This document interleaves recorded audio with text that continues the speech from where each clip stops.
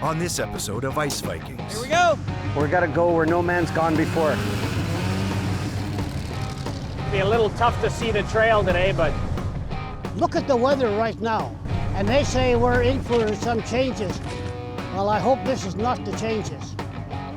Oh, the curse net. Oh my God. can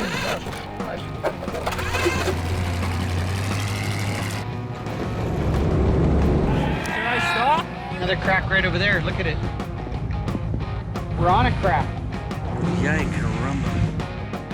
Once we get across the channel, then phew. I went through. Yeah, my f***ing leg.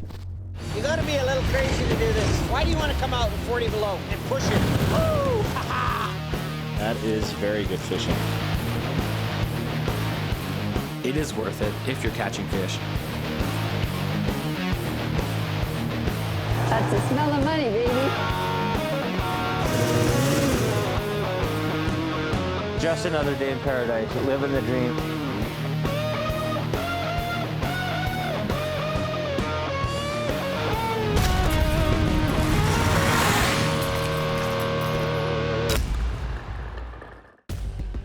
Keep chopping. I gotta get it flat. But watch out on this side, because I went right in. Watch out too close, you go in there too. In the Narrows, Chris and his crew have nets on the wrong side of a huge crack on the ice. They need to figure out a way to get both bombardiers across. I don't know about this. Me neither. There's ice underneath it. Look at how far the slush goes. It's -6. Tonight's gonna be -16, and tomorrow's gonna be -36. So you can have a 30-degree temperature change here in a 24-hour period. Let me try with one bombardier. If it's no good, then someone's gonna have to go down there and cross. Here goes nothing. Gonna be up in the air now. One wrong move and the bombardier will sink to the bottom of the lake. Woohoo! Look at that. Yeah, it's all busted out. That's all broken out, dude. The weight of the first bomber across causes an even larger crack. Getting the second 2-ton machine across is now next to impossible. Chris has only one solution: speed. I'd rather break something getting across and put that thing 3 feet in the air than to spend the rest of the winter trying to figure out how to fish a bombardier from the bottom of the ice. Can you just get out of the way? Move your bombardier, Joel. Cross your fingers, put the foot to the floor, close your eyes and go.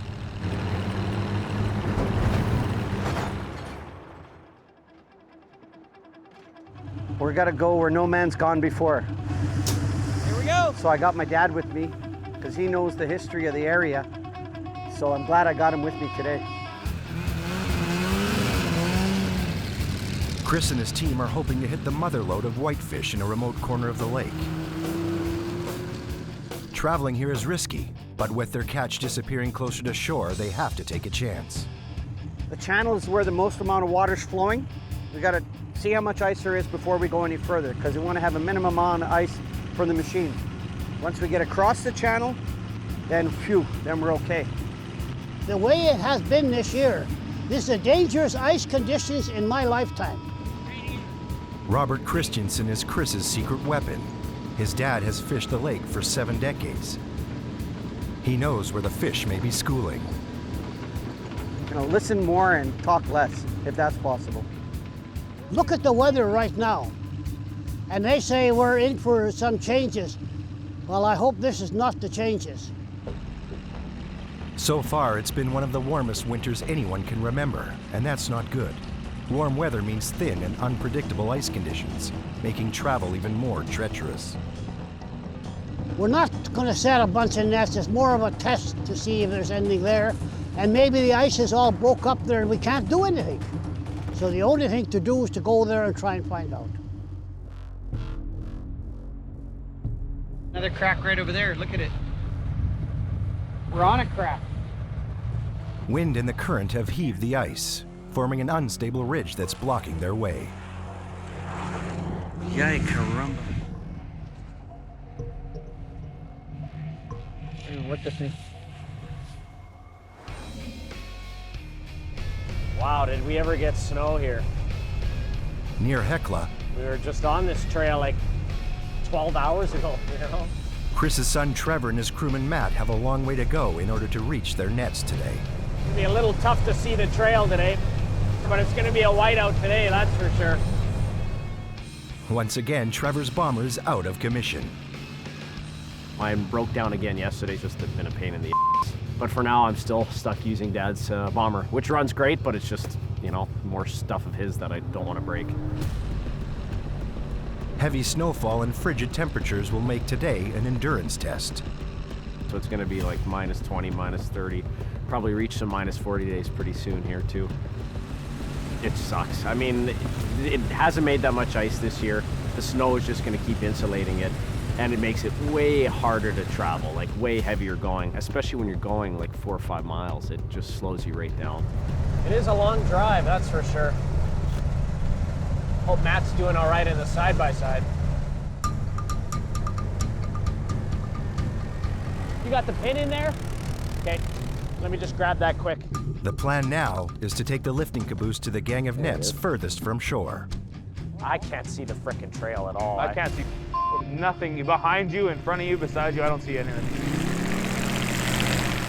The side-by-side Matt is driving can easily pull the lifting caboose, but the heavy wet snow has become an issue. Oh no. I went through! Yeah! My leg's wet! Me. Get back, back, back, back, back, back, back, back. Out of nowhere, the side-by-side and caboose hit a slush hole and begins to sink. This is fully insulated right now. Yeah. Matt and the crew scramble to safety. I tried going. You're just digging yourself more. In frigid temperatures, ice contracts, leaving areas where cracks appear and water floods to the surface. Mixing with snow, you get slush holes. Dangerous as quicksand, equipment can get stuck, and if it freezes, it will be impossible to get out. I'm right down to the frame on that thing. This thing's sitting on its body. And Matt's side-by-side can't pull it out. Okay, well, I gotta unhook this thing. If Matt can't disconnect the side-by-side, the combined weight of both vehicles could break through the ice. I'm right through right now. Trevor's ahead in the bomber and doesn't know Matt's in trouble. Matt manages to get the side-by-side out of harm's way for the time being. But the caboose isn't going anywhere. I saw you go a little bit there and I was like, okay, I'll just try and go around to the right as much as I could. Okay. It just sunk me right in, so.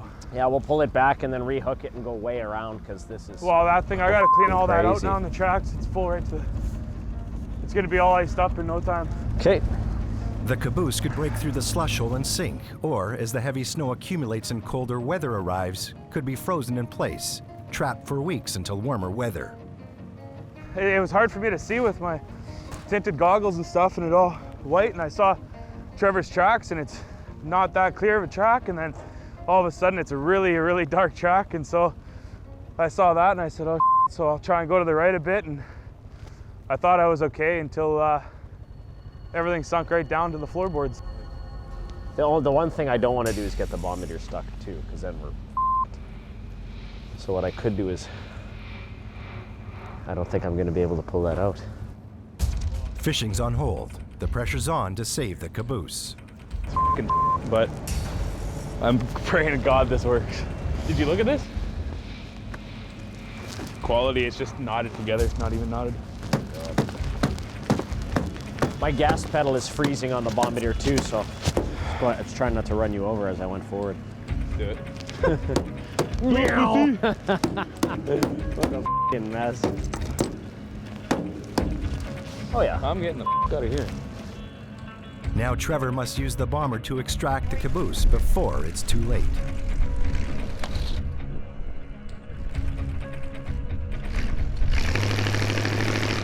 Yep, no, that is gonna snap.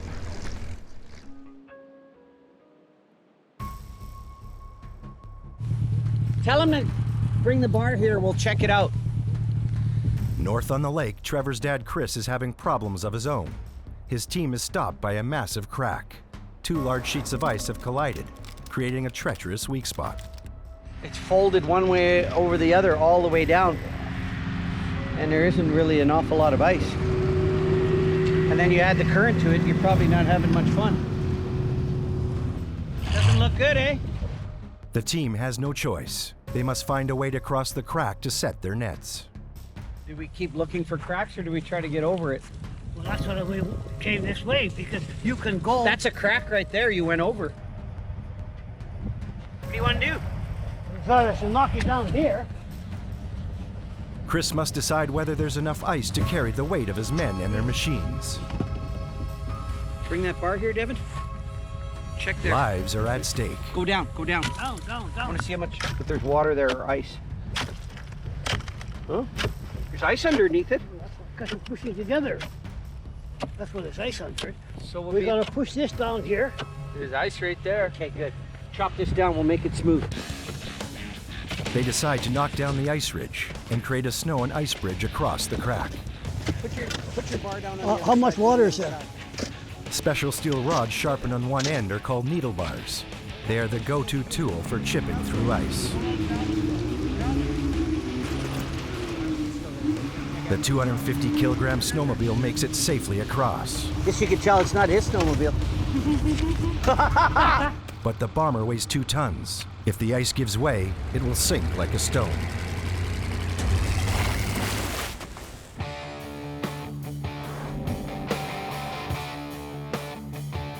"100 kilometers south, Richard Bjarnason is starting his day at Moonlight Bay.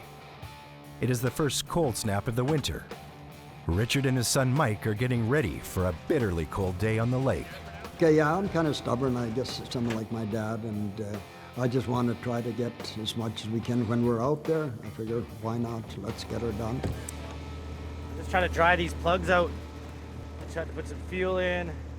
But they are off to a slow start. Their snowmobile engine is flooded, so their helper Sheldon is trying to burn off the gas that swamped the spark plugs.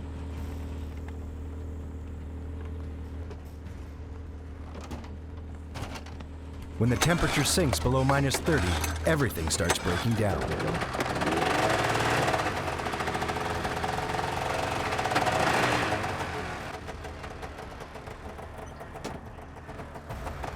Making repairs in these bitter temperatures is a misery. You get a little bit of wind there and it's just an intense cold. You get out and you're not dressed properly, you can just feel it right through your whole body. Okay, we're all set.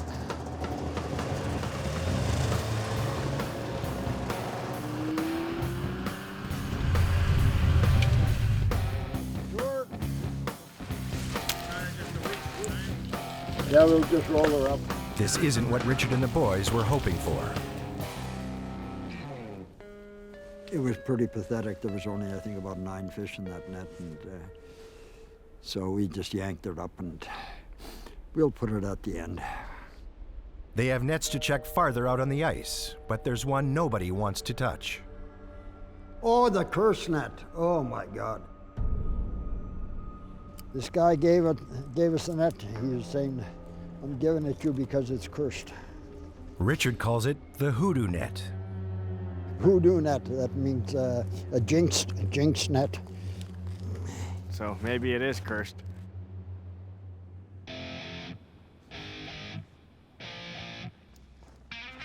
Looks good to me. I guess that's it, yeah. Go get this machine. Justin and Mike are off to reclaim their bomber from the machinist who's finally got the engine and transmission mounted. About step 7 of 1,000, but at least we got the things done that we couldn't do. These bombers aren't made anymore. If you want one, you have to find one and fix it yourself. Mike and Justin have put 100 hours and thousands of dollars into theirs. But now they're running out of time and money. The fish is crazy. We're just catching so much fish. It would be nice to haul it in a bomber. Right underneath your bogie where the axle is, yeah. You put a piece of wood underneath your track so that it doesn't fold over. Mike and Justin's friend Ryan has completed welding and fabricating new parts. Now they get to complete the rest of the reassembly on their own. Every day they spend working on the bomber is one less day catching fish. The shifter might need a little bit of attention because it's a little sticky. I don't know if it was in a vehicle with sandblasted or something. Yeah, my dad got it for free. Yeah, so through his car club. It was kind of I didn't even know crunchy. if it was good. It works now. Well, I got the racing shifter because we're gonna race this thing, so out to the nets. There you go. Power shifting. Oh, something like that. I don't know. These old bombers are scarce. An old body can sell for $15,000. These guys is he gonna hook it or what? He's gonna hook it on the back, I guess. Now Mike and Justin will attempt to load theirs for the trip to a heated shop where work will continue. This is the first ride, maiden voyage. You better turn that thing.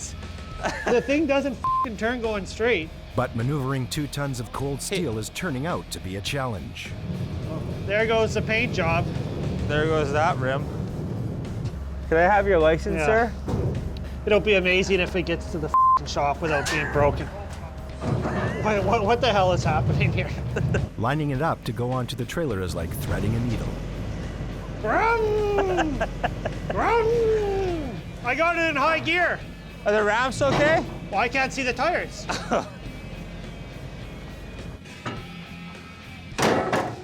Getting the bomber loaded is a big step forward. If it starts to roll back, just press the brake. Yeah, I got the brake here. Now they have to get the bomber off the trailer without doing any damage. Yeah, you just gotta watch the spindles. It's like a centimeter away, but they didn't hit the last time. Oh. I need some hired help here to push it back. Yeah, just keep it straight. Once you get close. Get some boards or something? Yeah. Okay, straight. Oh, no. No. No vroom right now. Back in Gimli, Justin and Mike are oh so close to getting their bomber into the shop, but will need a little help to get it the rest of the way in. I'm sure they'll be just as gentle. Currently, we're not going wedged on the ramp. I'm wedged in here. They have to get the bomber off the trailer without doing any damage. Lower it a little bit. What a f***ing procedure. Good. Run! But getting the bomber into a heated shed is just the beginning. Okay. Well, that was easy. This is the final assembly stage where all of the electrical work, tracks, and steering will be completed. They've bet their entire business on their ability to finish it this season. That's what you have to do. If you don't gamble, I don't think that you're going to get ahead. You have to spend money to make money. And you got to spend a lot of money if you want to make a lot of money. And that's what we're trying to do. Now, the real work begins. This weekend is basically lay out all the parts we got, go through from front to back, where we're at, what are we missing. Justin and Mike will need all the extra cash they can get from their new fish quota to get this bomber running and out onto the ice. It's like the second we bought that goddamn quota, everything hit the fan instantly. The second we got that quota. You know, we were doing so well, we thought, let's jump on this quota, it's available, let's get it before someone else hears about it. We paid outright for the quota, so now the pressure's on.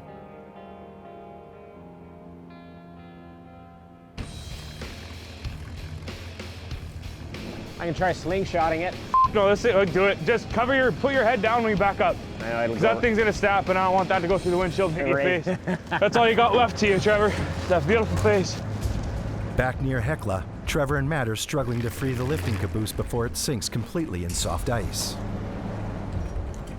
Did it budge at all? No. No, eh? You were moving, it wasn't. I don't really want to leave this here because once it freezes in, then we won't get it out. I'm gonna shovel out behind this first. We got a shovel. Fucking bullshit. As long as my tracks don't start spinning, we'll be all right. It's straight right underneath the floor. I see that. It's almost hung up. It's hung up. Let me try this one more. I'm gonna obviously go with a little more gusto.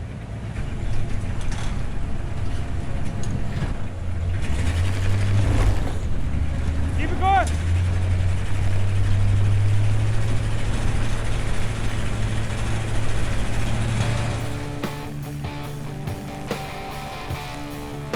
The tow strap holds and the caboose is free.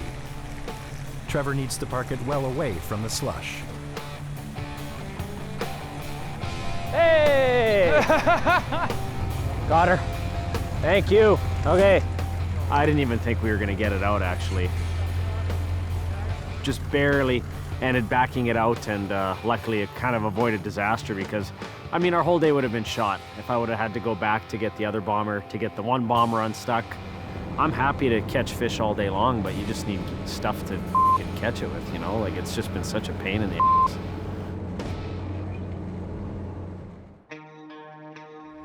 Further away in the Narrows, Chris and crew have struggled to build a bridge over the crack in order to reach a new fishing location. Well, we got ourselves a trail.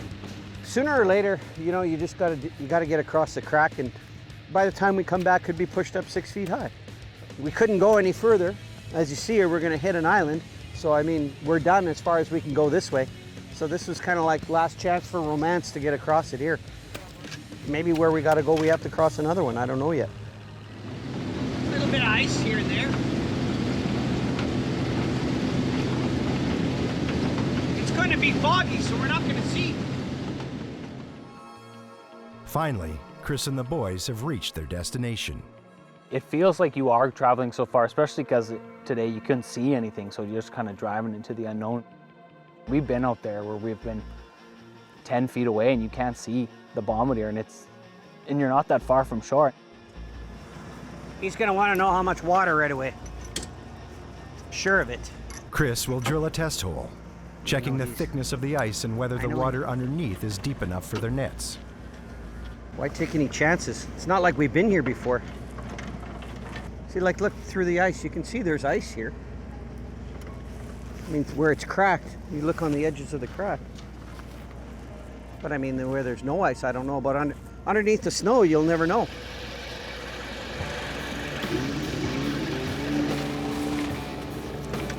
Oh, there's lots of ice. Well, 16? 16 inches, eh? With lots of ice for safe travel, this location may have what Chris needs to begin setting a whole new strand of nets. Let's follow Grandpa there.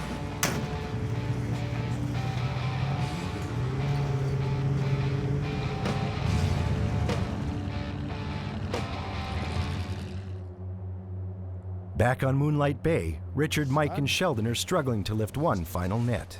This guy gave us a net. He was saying, I'm giving it to you because it's cursed. The one Richard calls the hoodoo net.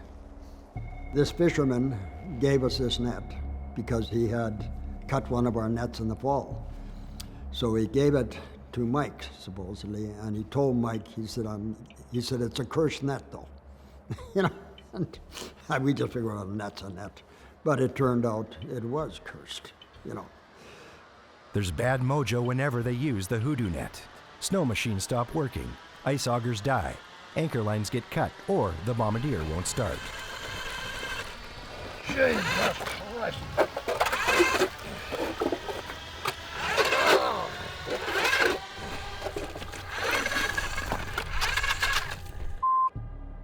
He'll probably have his 1 or 2 swears. Jesus.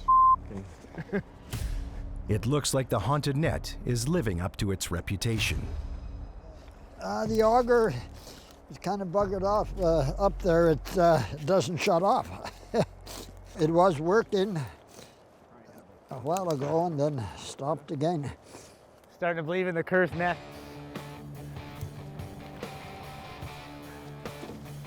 We have a problem with it again, just cut it up and burn it. Throw it in the garbage. I'm just kidding. I don't really believe in it. It does seem to be too many coincidences, though.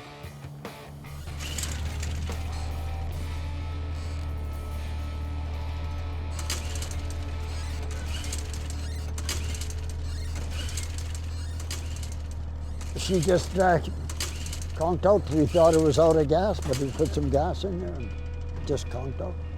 And perhaps if they wait a day, the hoodoo net's dark powers will be gone. We'll just leave it there. I covered it a bit so it, because it's supposed to snow a bit. You jumping in there? Yeah, might as well. But that brings on some bad hoodoo for Mike. He'll have to ride home in the caboose.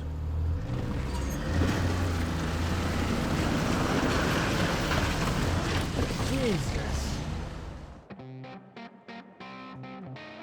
Let's just start here. Because you're going to get pickerel in here.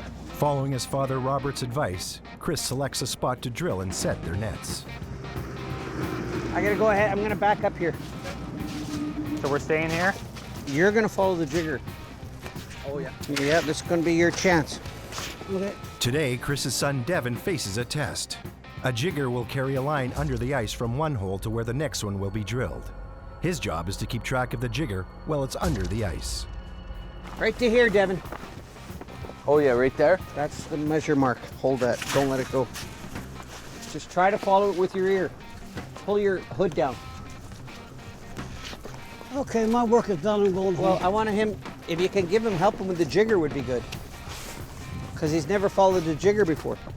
Well, why aren't you doing that? Well, I have you here. You've got more experience. I can't hear nothing. Oh, okay. Okay, I'll help him then. I'll go. I can hear the jigger. Oh, finally I'm alone. Joel pulls a rope driving the jigger forward. It makes a clicking sound you can hear through the ice. The trick is keeping track of its location. Yeah, I'm just trying to hear the difference. See how it sounds when you're standing on it? You can almost feel it under your feet. If you use your feet to hear. Hey! What? Measure! Measure! Measure, they just did. Measure again! Just hold it for a sec. Pull it a little tighter. Okay, right there. Mark it right down there. Okay. Okay, now you got to tell him what to do with the jigger. Put your arms straight out, both of them, so he knows that you're done. Yeah. There you are. Jigger 101. After passing jigger school, Devin and the rest of the team will set a couple of test nets. Just 2 testers. That was the whole idea, without putting a whole bunch of eggs in one basket to make sure if this is where we're going to be or not. So I have to come back in the next little while and check in. How long should I leave it in? Couple of days. A couple of days, he figures. And Robert thinks this spot might be the perfect habitat for whitefish. We're 20 miles away from the east shore, so far. And that's all the east channel that runs way around and back there. That fish will move to the channel. But we are still on the dividing edge of limestone, hard clay, soft, everything. This can be, and it can be absolutely, completely nothing here. That's why we want to go with 2 nets.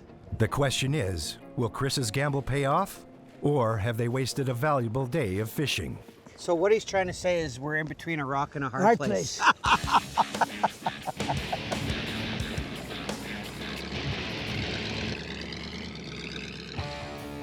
We got a long ways this week with the Bombader, so we're ready to start it up. After weeks of work, Mike and Justin are pumped about getting behind the wheel of their vintage bomber for the first time. I don't even keep track of the bills anymore.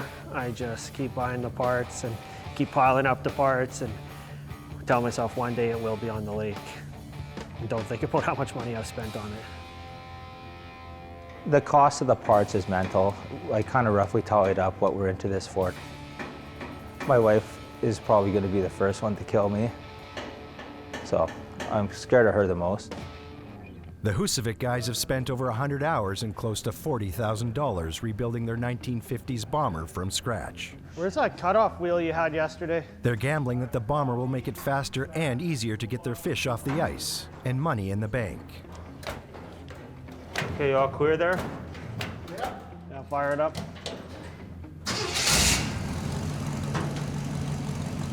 Hey, it started. It started. We need this thing. Like now we've just got to hold up a snow again this week and it's going to be a nightmare now for sure up in Hecla. We need this to start towing stuff like yesterday. With help from their friend Tobin, today's plan is to get their bomber out of the workshop they've borrowed. After we take it out of here, we're kind of left with doing the repairs outside ourselves. Okay, we're good.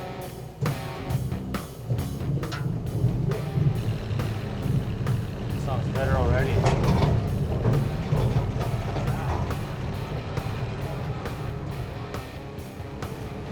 Is that still hit something?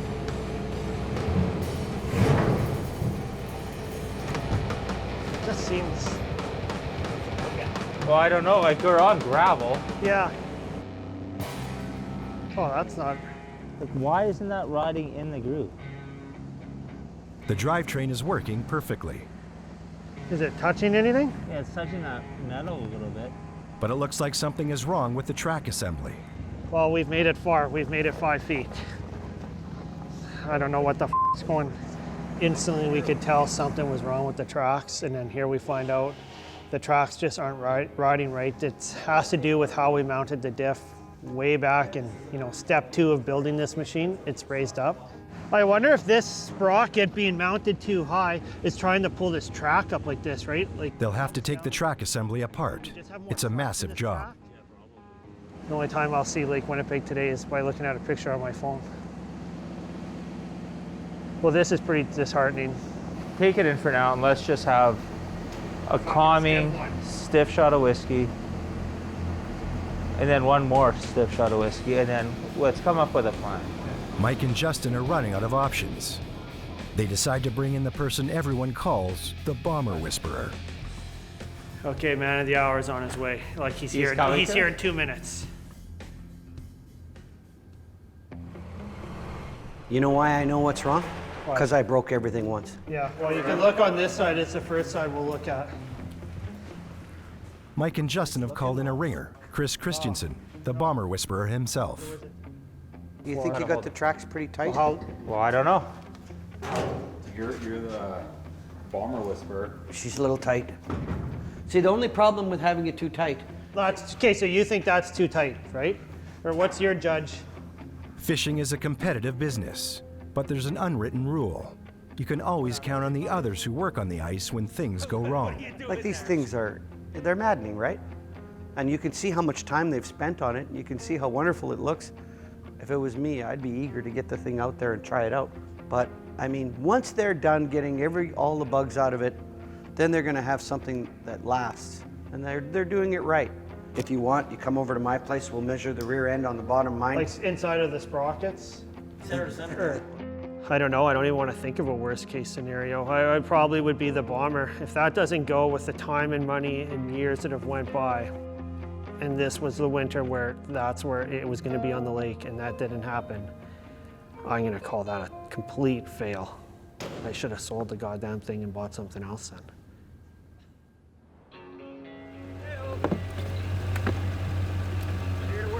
It's been a week since Chris and his crew gambled by setting new nets, located over an hour east of their traditional fishing spot. Today, they'll find out whether their gamble worked. Hey, people wonder why they have problems with equipment when they forget to put the gas cap back on. Gotta go back to little fisherman school, retrain them. The warm weather is gone. It's a deep freeze now. And that's tough on the gear and people. Braking and everything just starts to get a little sickening. Get from point A to point B and come back again without any casualties. It'd be a good day. Job 1 is hooking up the caboose.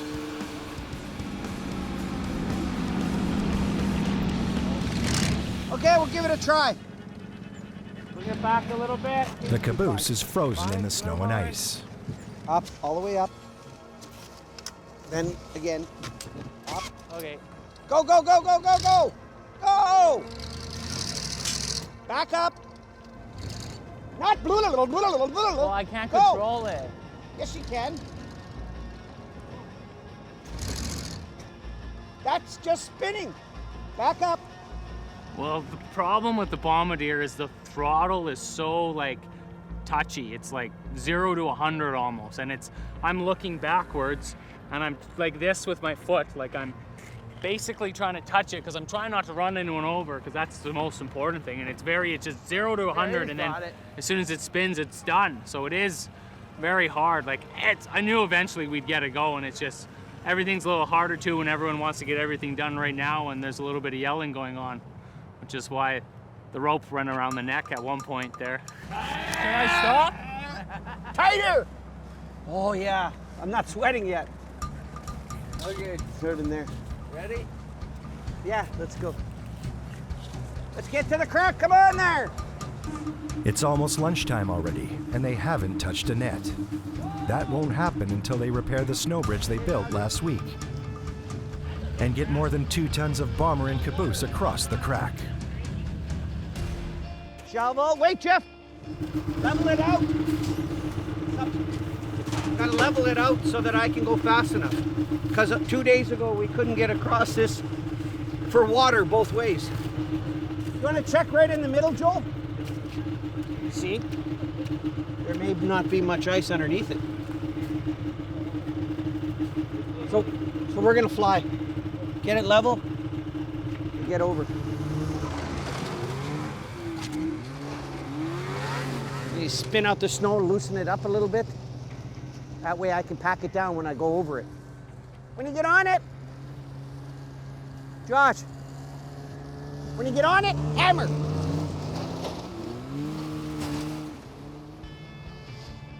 I don't know what could have happened there. Yeah, it's hard to say. The net doesn't seem frozen up. Back in Hecla, near the Narrows. It won't pull at all, eh? No. Trevor and Matt are fighting to lift a stubborn net. Let's head over there on the bomber. For now, we can leave this here. Something could be frozen up. One of the corks on this end or this end of the net could be frozen up. The clock is ticking, and there's bills to pay. Trevor needs to get this net and his fish out of the lake. Like, I've got it right now. It's just like pulling up a truck. Do you see it? Yep. Okay, I don't know if you're going to be able to get it, Matt. Yeah, just let go.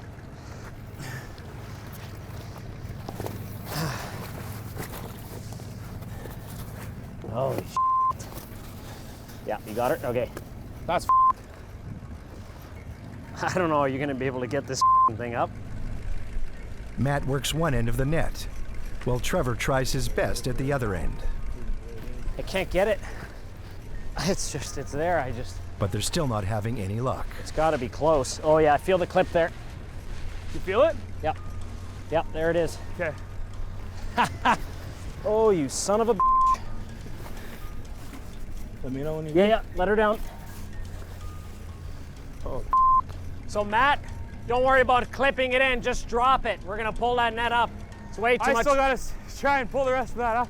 It was splitting the peg, but it hasn't gone all the way down yet, so. We just gotta pull it up and unclip it. Okay. Or cut it, because it's too much current to fish here. Trevor's grandpa warned him the current was too strong to set a gang of nets here. Once lifted, they'll be taken out permanently. Everything that can go wrong always goes wrong. Yep. Well, there's no other way for it, right? That's right. There's so many things that can go wrong. It's always like a miracle to make it to the end of the season and have a successful season. With the line now cut, the last net in the string can be lifted and removed by hand. It will be a while before Trevor sets his nets here again. Grandpa was right, there's a lot of current. I mean, anywhere around the channel there's tons of current, so it's a tough place to fish, so I think I learned something today.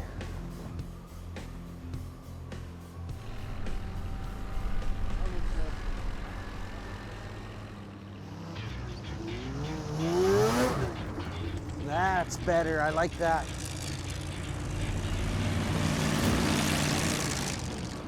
With their crossing successfully built up, Chris and crew are one step closer to their new nets where the real work can begin. Nothing dropped, nothing moved, no slush? No, it's pretty smooth. Perfect. A lot of the snow actually helped it. Hey, let's get over there.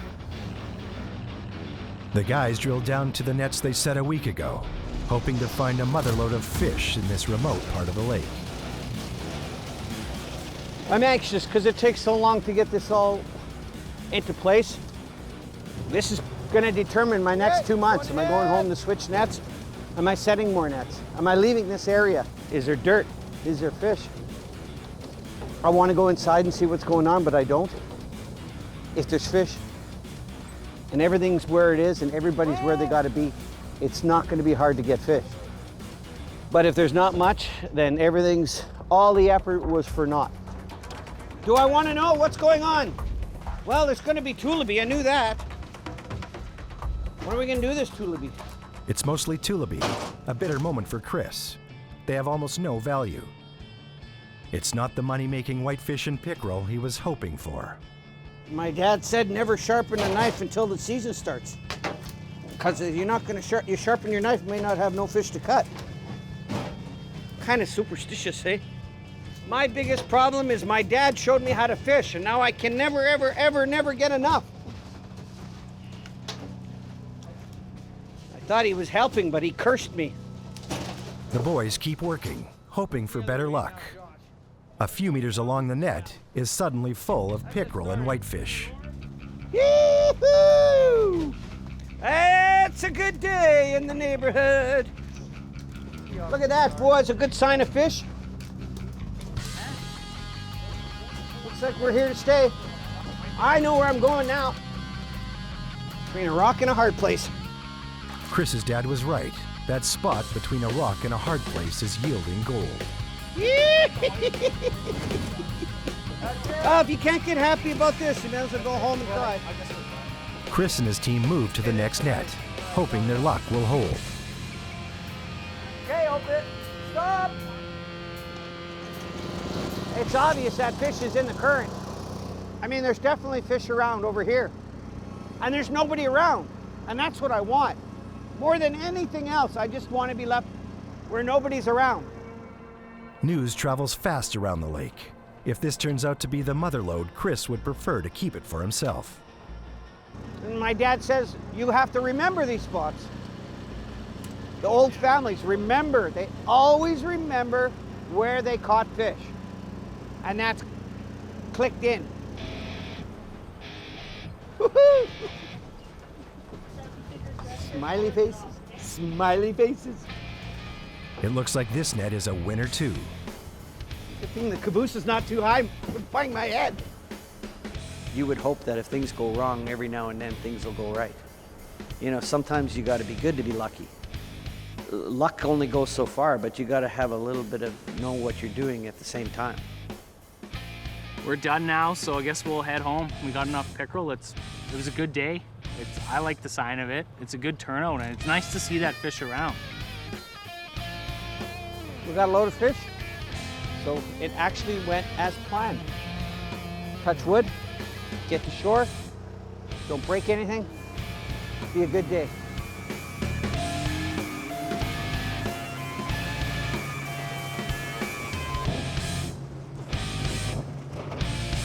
On the next episode of Ice Vikings. It's like with the wind chill probably minus 45 today. As soon as we pulled up the bomber here, it stalled out and we couldn't get it back started. He's stuck. Let's go on, stick him.